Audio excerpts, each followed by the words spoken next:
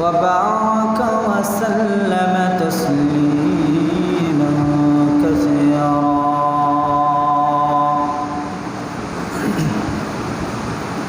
أما بعد فأعوذ بالله من الشيطان الرجيم. بسم الله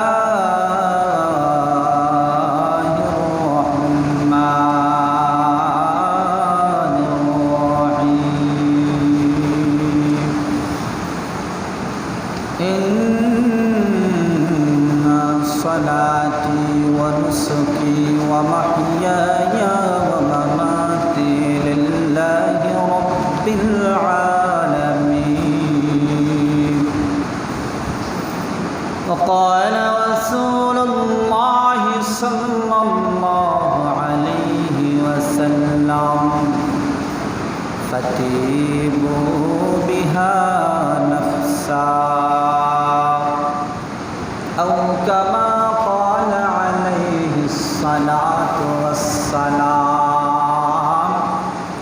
ونحن على ذلك من الشاهدين والشاكرين والحمد لله رب العالمين. بلغ العلا بكماله كشف الدجى بجماله حسنت جميع خصاله. صلوا عليه وآله. محمد कफर को मिटाया, कफर को मिटा कर सदाकत बताया. ला इलाहा इल्लल्लाह, ला इलाहा इल्लल्लाह, ला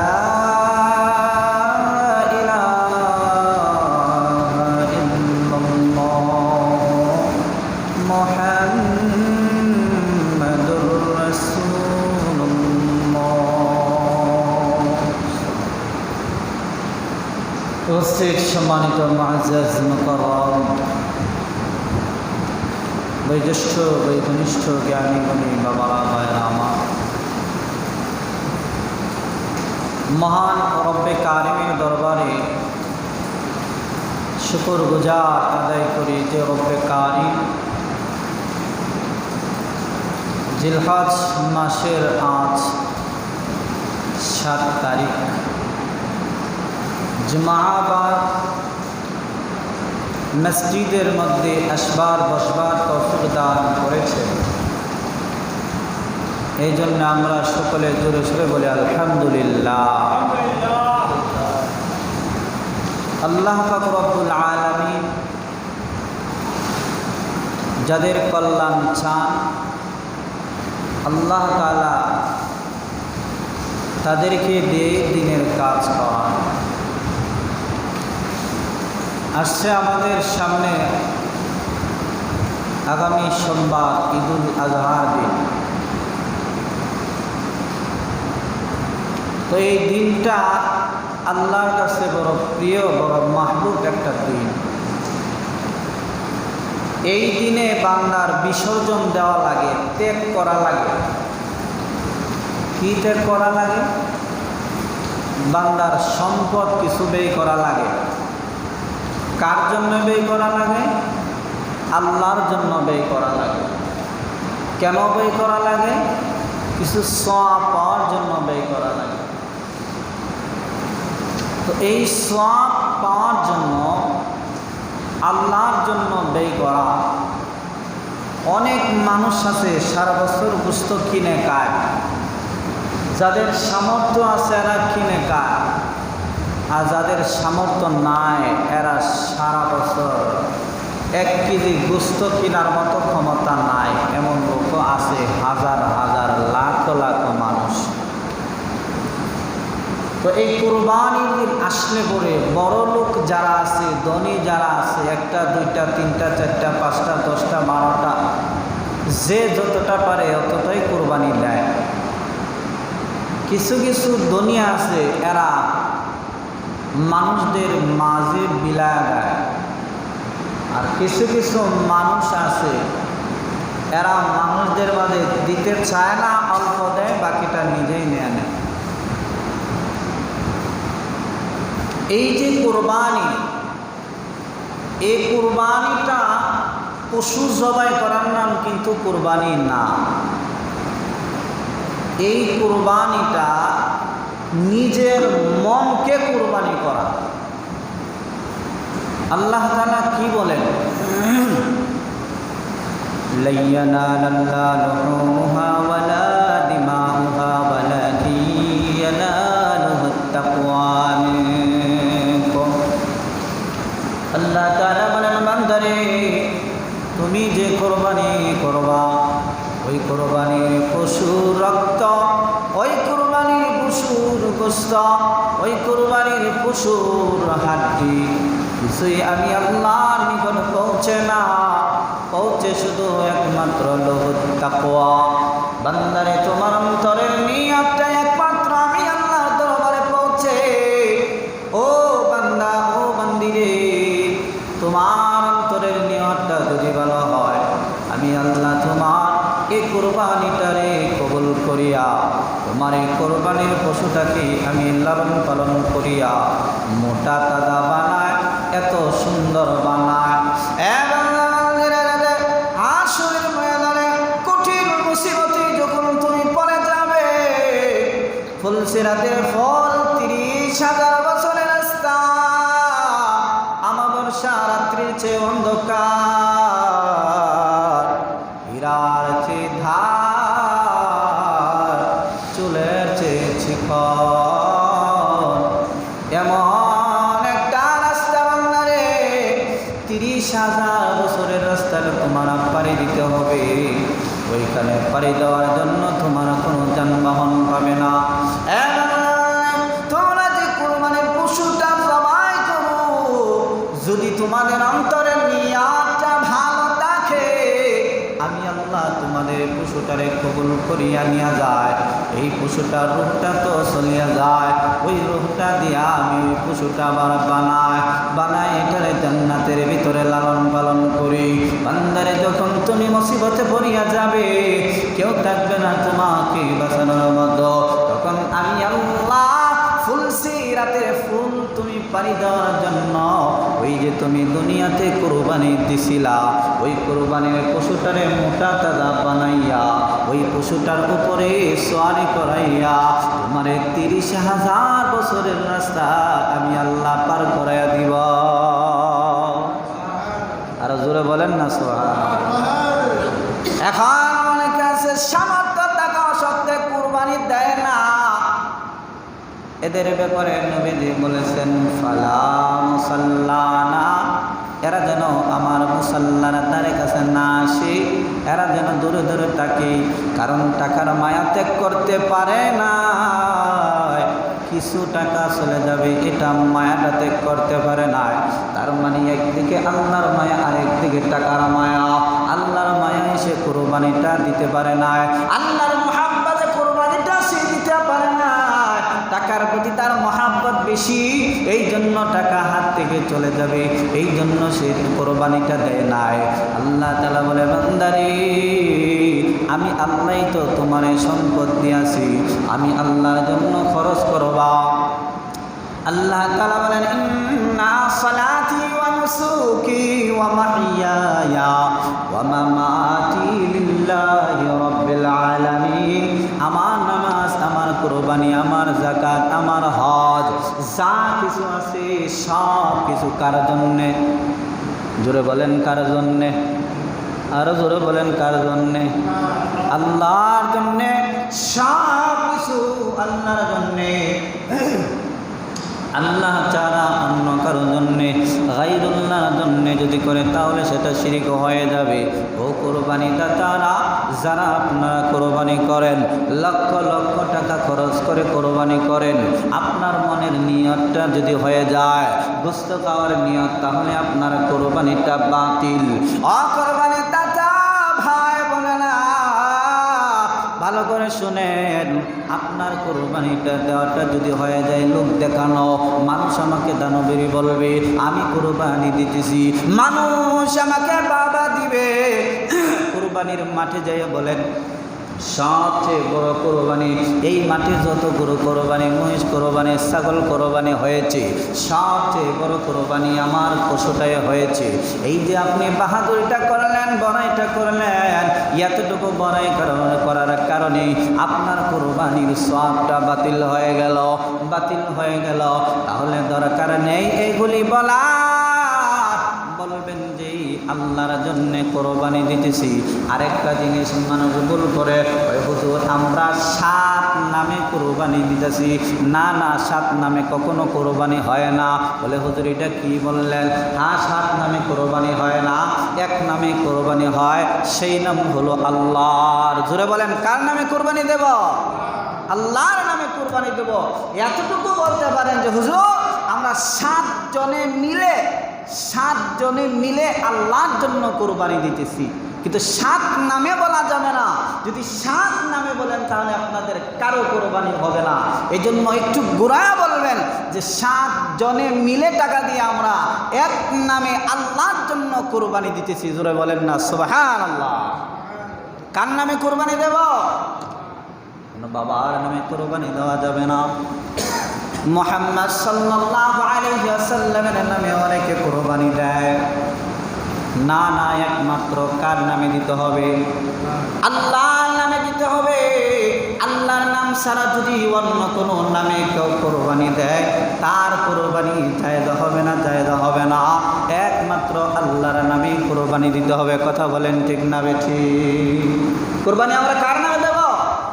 আল্লাহর নামে দেব। আল্লাহর নাম ছাড়া অন্য কারো নামে কোরবানি দেওয়া যাবে না। 7 জন মিলে দেন, কোনো বাধা নাই, কিন্তু 7 নামে বলা যাবে না। 7 জন মিলে আল্লাহর নামে কোরবানি দিতেছি, এই কথাটা বলবেন, এইভাবে বলবেন। এই জন্য মুসলমান কোরবানি এটা আল্লাহর জন্য।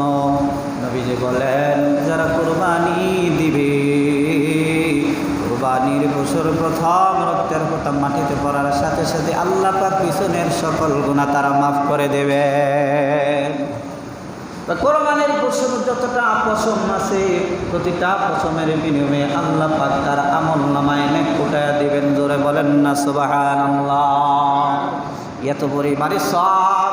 একজনে কয় কোরবানি দেওয়া, ঋণ করে কোরবানি দেওয়া যায় না। না না, এটা হাদিসের উল্টা বলা হইল। যারা ঋণ করে কোরবানি দেয়, আল্লাহ তাআলা ওই ঋণের জিম্মাদার হয়ে যায়। যতদিন পর্যন্ত পরিশোধ না হবে ততদিন পর্যন্ত আল্লাহ তাআলা দায়িত্ব নিয়ে নেবে। অর্থাৎ কোরবানি করছে, তার ঋণ হয়ে গেছে, ঋণ করে সে কোরবানি দিছে, ওই কোরবানির ঋণ পরিশোধ করার ব্যবস্থা আল্লাহ পাক করবেন। জোরে বলেন কে করে দেবেন? অন্য কারো কোনো ক্ষমতা আসেনি ঋণটা পরিশোধ করার। আল্লাহ যদি না চায়, আর আল্লাহ যদি চায় তাহলে জিনিসটা সহজ হয়ে যায়। কারণ আল্লাহ যেহেতু বলেই দিয়েছেন যারা ঋণ করে কোরবানি দিবে এদের ঋণের পরিশোধ আমি আল্লাহ ব্যবস্থা করে দেব। অর্থাৎ আল্লাহ কিন্তু সরাসরি দিয়া দিবে না, কোনো না কোনো মাধ্যমে কারো না কারো ভাবে আল্লাহ পাক সেটাকে সহজ করে দেবেন, ব্যবস্থা করে দেবেন। জোরে বলেন না সুবহানাল্লাহ। ব্যবস্থা করে দেবে আল্লাহ। এজন্য দিতে লাগবে, দিতে হবে। যাদের সামর্থ্য আছে এরা দেওয়া লাগবে। ইব্রাহিম আলাইহিস সালাতু ওয়াস সালাম পরীক্ষা দিয়েছেন, পরীক্ষার মধ্যে বিজয়ী হয়েছেন। ইব্রাহিম আলাইহিস সালাতু ওয়াস সালাম আমাদের জাতির পিতা ইব্রাহিম আলাইহিস সালাতু ওয়াস সালাম কুরবানির যত ইতিহাস, যত ঘটনা আছে কুরবানির সাথে জড়িত আছে, সবচেয়ে বেদনা বিদুরক, সবচেয়ে দুঃখ মায়া ভরা যে ঘটনা, এটা হলো পিতা পুত্র ইসমাইল এবং ইব্রাহিমের সাথে সম্পর্ক। জোরে বলেন সুবহানাল্লাহ। সম্পর্ক قال يا أبني ما تفعل ما تؤمر ستجدني إن شاء الله من الصابرين। এরা মুসলমান আল্লাহ পাক রব্বুল আলামিন এই কুরবানিটা দিয়া কিন্তু মানুষদেরকে পরীক্ষা করেন। ইব্রাহিম আলাইহিস সালাতু ওয়াস সালামকে যেমন পরীক্ষা করতে চেয়েছিলেন, পরীক্ষা করেছেন, স্বপ্নের মাধ্যমে দেখাইছেন। ইব্রাহিম আলাইহিস সালাতু ওয়াস সালাম সে স্বপ্নের মাধ্যমে যে কোরবানির হুকুম পেয়েছেন, এই জন্য স্বপ্নে কোরবানি দেওয়া, স্বপ্নে কোনো কিছু দেখা নবীদের জন্য নবুয়তের 46 ভাগের 1 ভাগ, 46 ভাগ। এই জন্য রে মুসলমান ইব্রাহিম আলাইহিস সালাতু ওয়াস সালাম সমগ্র জাতিকে, সমগ্র মানুষকে দেখায় দিয়েছে যে পিতা হইয়া সন্তানের জন্য মায়া ত্যাগ করে দেয়, আল্লাহর জন্য মায়া ত্যাগ করিয়া সন্তানকে জবাই করতে প্রস্তুত হয়ে যায় যে পিতা, সেই পিতা দেখায় দিছেন আর বুঝায় দিছেন, ও দুনিয়ার পিতারা দেখো দেখো আমি ইব্রাহিম আল্লাহর মহাব্বতে নিজের সন্তানকে জবাই করতেও দ্বিধাবোধ করি না, বিন্দু পরিমাণে মনের ভিতরে একেবারে রাখি না।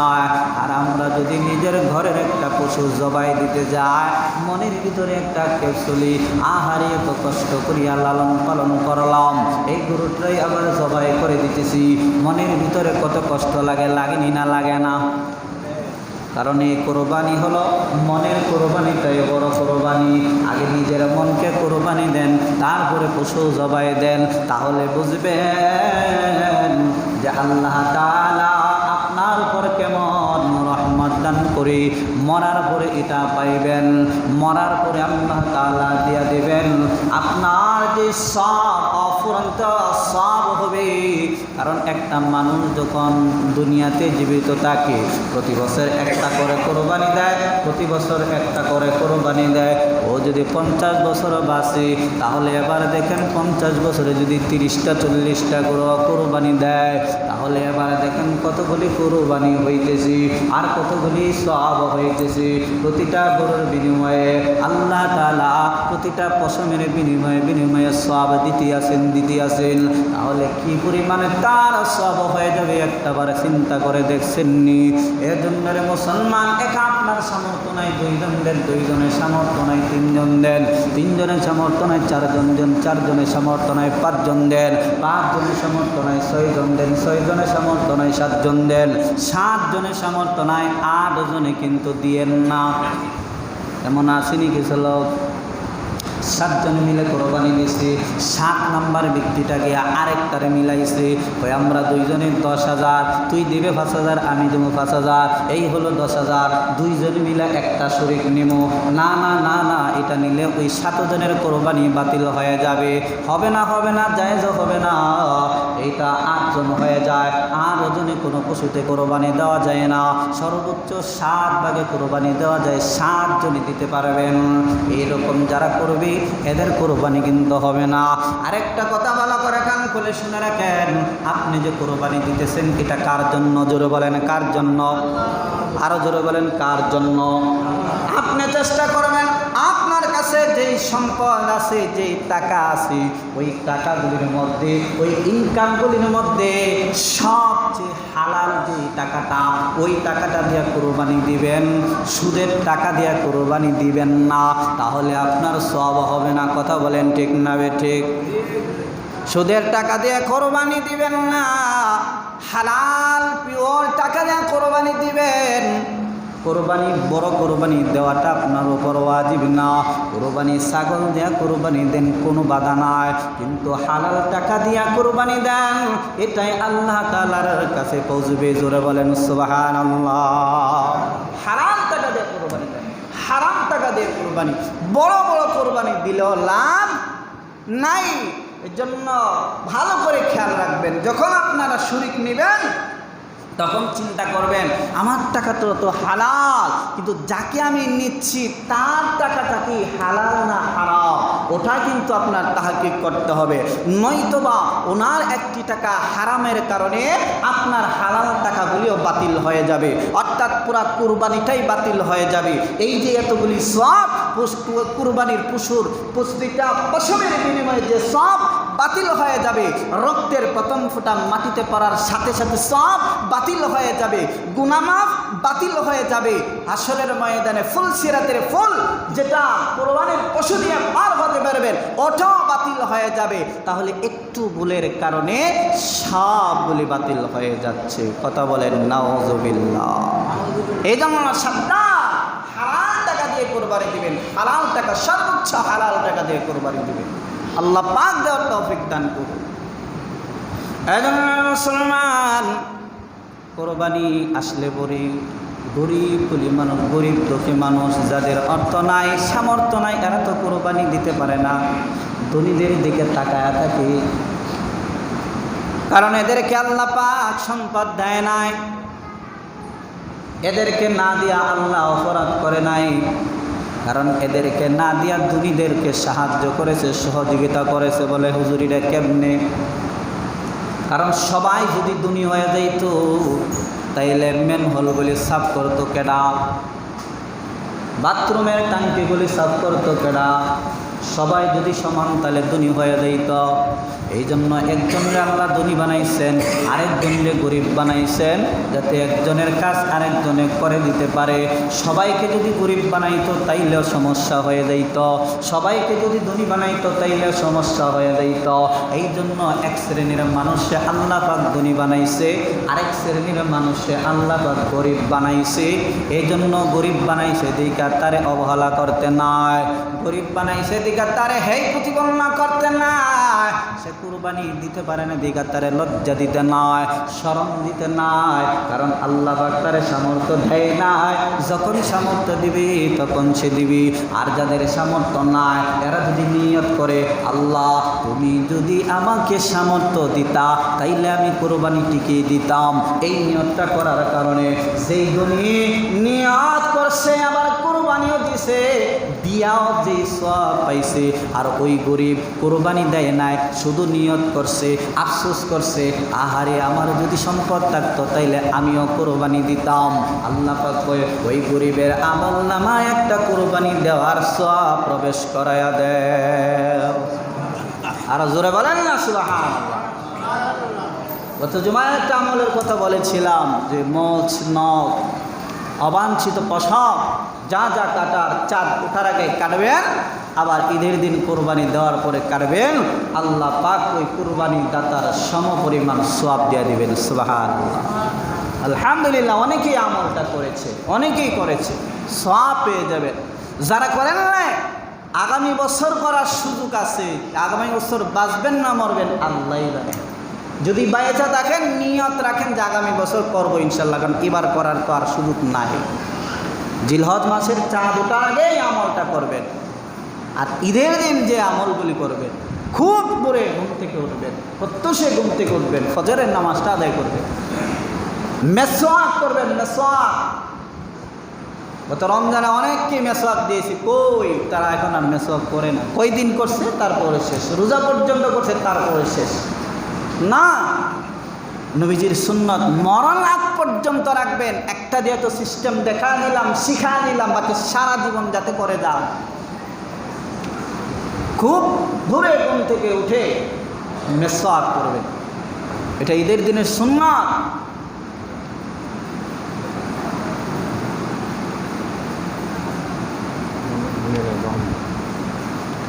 প্রত্যুষে ঘুম থেকে উঠে মেসওয়াক করবেন, গোসল করবেন, এটা ঈদের দিনের সুন্নাত।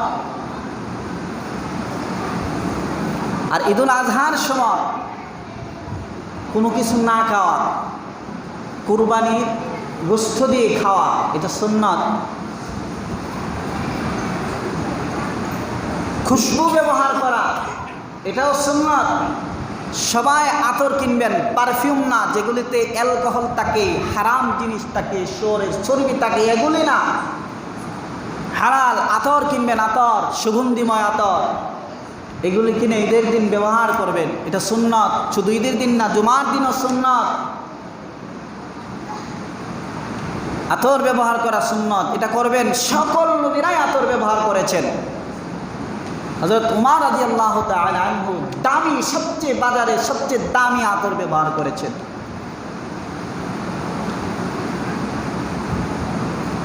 আপনার কাপড়গুলির মধ্যে যেই কাপড়টা সবচেয়ে উত্তম, এই কাপড়টা পরিধান করবেন, করে নামাজে আসবেন। নতুন কাপড় পরিধান করে নামাজে আসতে হবে, এটা কিন্তু হাদিসে বলা হয় নাই। আপনার যতগুলি কাপড় আছে সবগুলি কাপড় থেকে যেটা উত্তম সেটা পরে আসবেন। হ্যাঁ, কারো যদি সামর্থ্য থাকে সে নতুন কাপড় পরে আসতে পারে, বাধা নাই। কারণ এটা মুসলমানের জন্য আনন্দের দিন।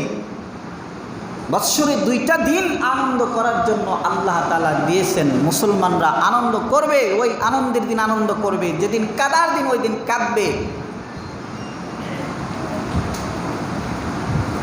ওই দিন এক রাস্তা দিয়ে ঈদগাহ মাঠে যাবেন, অন্য রাস্তা দিয়ে আসবেন। যদি ডান দিক দিয়ে যান তাহলে বাম দিক দিয়ে আসবেন, এটা সুন্নত। পায়ে হেঁটে যাবেন, যানবাহনে করে যাওয়া সুন্নত না। যতটুকু দূরেই হোক পায়ে হেঁটে হেঁটে যাবেন, এটা সুন্নত। এই ছোটো ছোটো সুন্নতের প্রতি যদি কেউ খেয়াল রাখে, তার থেকে বড় সুন্নত কখনো ছুটবে না। ছোটো ছোটো সুন্নতের দিকে খেয়াল রাখেন, বড় বড় সুন্নতগুলি অটোমেটিক আপনার ভিতরে চলে আসবে। আর ঈদুল আজহার সময় যাওয়ার সময় তাকবীরটা জোরে জোরে বলতে বলতে যাবেন। তাকবীর পারেন তো? বলেন আল্লাহু আকবার, আল্লাহু আকবার, লা ইলাহা ইল্লাল্লাহু, আল্লাহু আকবার, আল্লাহু আকবার, ওয়া লিল্লাহিল হামদ। তাকবীরটা শিখে নেন, বলেন আল্লাহু আকবার, আল্লাহু আকবার, লা ইলাহা ইল্লাল্লাহু, আল্লাহু আকবার, আল্লাহু আকবার, ওয়া লিল্লাহিল হামদ। এই তাকবীরটা রাস্তা দিয়ে যখন যাবেন ঈদুল আজহার সময় জোরে জোরে বলতে বলতে যাবেন, আবার জোরে জোরে বলতে বলতে আসবেন। ঈদের দিনে এই কাজগুলি করবেন। আগামী সোমবারই চেষ্টা করবেন, তাহলে আল্লাহ পাক সেটা উপায় দিয়ে দেবে। কিন্তু আমাদের তো আগ্রহ নাই, চেষ্টাই নাই করা। এই জন্য এগুলি শুনবেন, আমল করবেন। কুরবানি আল্লাহ তাআলা দিয়েছেন, বান্দাদের জন্য দিয়েছেন, কিন্তু আল্লাহ তাআলা কিছুই নেয় না। কিন্তু কুরবানির পশুর ভিতরে কিছু জিনিস আছে, এগুলি খাওয়া হারাম। কুরবানি পশুর রক্ত খাওয়া কি হারাম। চামড়ার ভিতরে এক ধরনের টিউমার থাকে, লক্ষ্য রাখবেন ওই টিউমার, এগুলি খাওয়া হারাম। রগের ভিতরে একটা সাদা একটা থাকে, ওইটা খাওয়া হারাম। মূত্রতুলি, ওইটা খাওয়া হারাম। মানুষ আজকাল ওইটাও ছাড়ে না, ওইটা খায়। আরও একটা কথাও বলে, এই জন্য যেগুলি হারাম আছে এগুলি খাওয়া যাবে না। এছাড়া বাকি সবগুলি খাইতে পারে, কোনো বাধা নাই। আর আমাদের বর্তমানে যে পরিস্থিতি, যেটা মন্থন করা হয় কোরবানির গোশত, যে আমরা 3টা ভাগ করি। একটা ভাগ সমাজের জন্য, আরেকটা ভাগ আত্মীয় স্বজনের জন্য, আরেকটা ভাগ নিজের জন্য। এই 3 ভাগ করতেই হবে, এটা কিন্তু বাধ্যতামূলক না, এটা হলো মুস্তাহাব। এটা কি হাব? মুস্তাহাব এই বন্টন। কারো যদি বড় ফ্যামিলি হয় তাহলে সে নিজে খাইতে পারে। আবার কেউ যদি চায় যে আমি এক বেলার খায়া বাকি সবটুকু দিয়ে দিব, দিতেও পারে। এজন্য যেহেতু এটা কুরবানি, পশু কুরবানি, মনের কুরবানি, ত্যাগ করা, অর্থাৎ সম্পদের মায়া ত্যাগ করে তো কুরবানিটা কিনলাম, তাহলে এই গোশতগুলিও গরিবদের মাঝে দেখে দেখে আমরা এটা বন্টন করে দেব।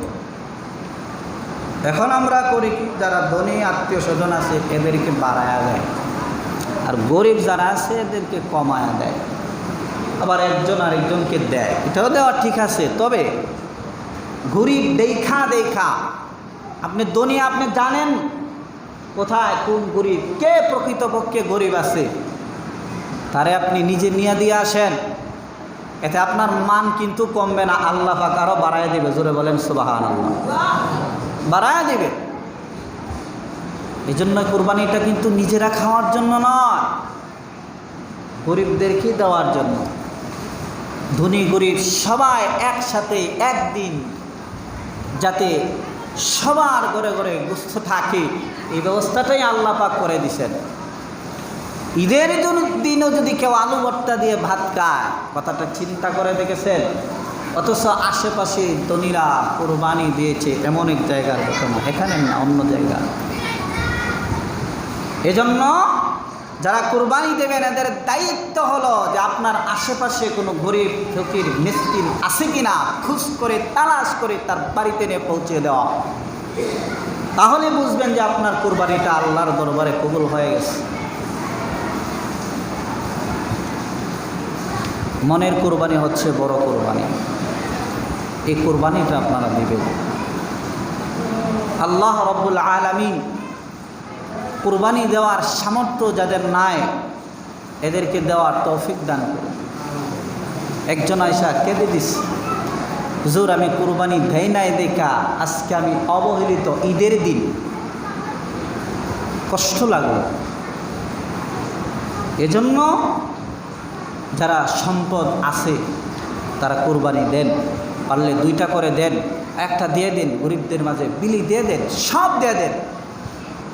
এতে আল্লাহ তাআলা খুশি হবে, আপনার কোরবানিটা কবুল হওয়ার দিকে পার্সেন্টেজটা বেড়ে যাবে।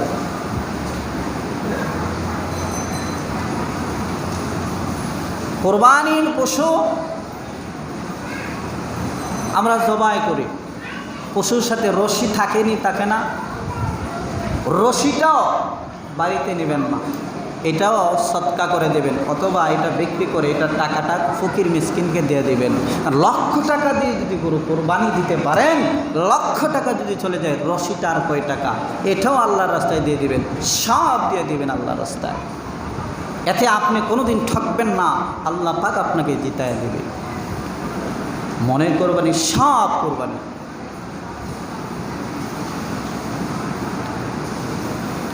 আল্লাহ পাক এই কোরবানির সিস্টেমটা চালু করে দিয়ে পরীক্ষা নিতেছেন যে দেখি আমার কোন বান্দা, আমার কোন বান্দি আমার এই হুকুমটারে কতটুকু তারা মানে।